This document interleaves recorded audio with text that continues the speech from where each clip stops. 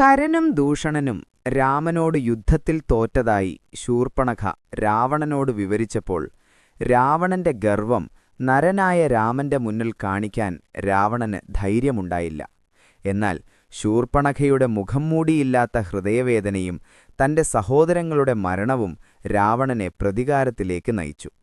പക്ഷേ രാമനെ നേരിട്ട് നേരിടുന്നത് അപകടകരമാണെന്ന് രാവണൻ തിരിച്ചറിഞ്ഞു. അതിനാൽ തന്ത്രം, ഗൂഢനീതി, ചതികൊണ്ടുള്ള കുതന്ത്രം ഇതൊക്കെയായി വളരെ നേരത്തെ ചിന്തയിൽ രാവണൻ മുഴുകി. അങ്ങനെ രാവണന് ഒരു തന്ത്രം കിട്ടി.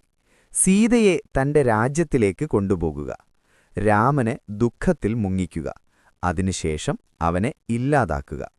ഈ തന്ത്രം നടപ്പിലാക്കാൻ രാവണൻ ആശ്രയിച്ചത് ഒരു പഴയ പരിചിതനെയാണ്, മാരീചൻ.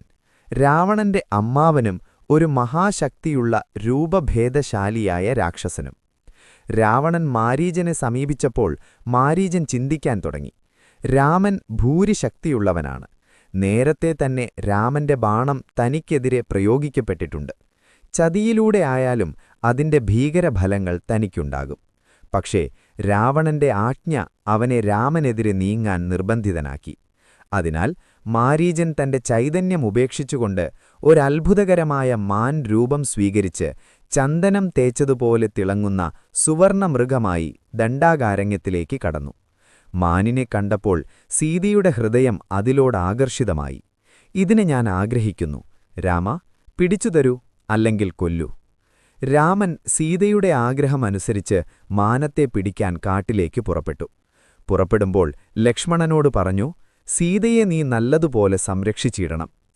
കാട്ടിൽ കയറി കുറേ ദൂരം പോയപ്പോൾ രാമൻ മാരീചനെ തിരിച്ചറിഞ്ഞു. പക്ഷേ അപ്പോഴേക്കും ധാർമ്മികമായി ലക്ഷ്യം കൈവരിക്കാൻ താൻ ബാധ്യസ്ഥനായിരുന്നു.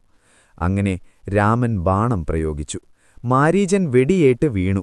മരിക്കുമ്പോൾ മാരീചൻ രാമന്റെ ശബ്ദം പോലെ കൂകി വിളിച്ചു, ഹാ ലക്ഷ്മണ, രക്ഷിക്കൂ.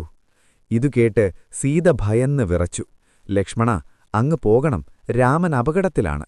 ലക്ഷ്മണൻ അതിനെ മറികടക്കാൻ നോക്കിയെങ്കിലും സീതയുടെ പ്രയാസം മൂലം അവനും പുറപ്പെട്ടു. ഇതാണ് അവസരം. രാമനും ലക്ഷ്മണനും ഇല്ലാതായ സമയം. രാവണൻ ഒരു മുനിയുടെ വേഷത്തിൽ സീതയുടെ അടുത്തേക്ക് ചെന്നു. ഭിക്ഷ ചോദിച്ചപ്പോൾ തന്നെ അപകടം സീത തിരിച്ചറിഞ്ഞു. പെട്ടെന്നുതന്നെ രാവണൻ സീതയെ അപഹരിച്ചു.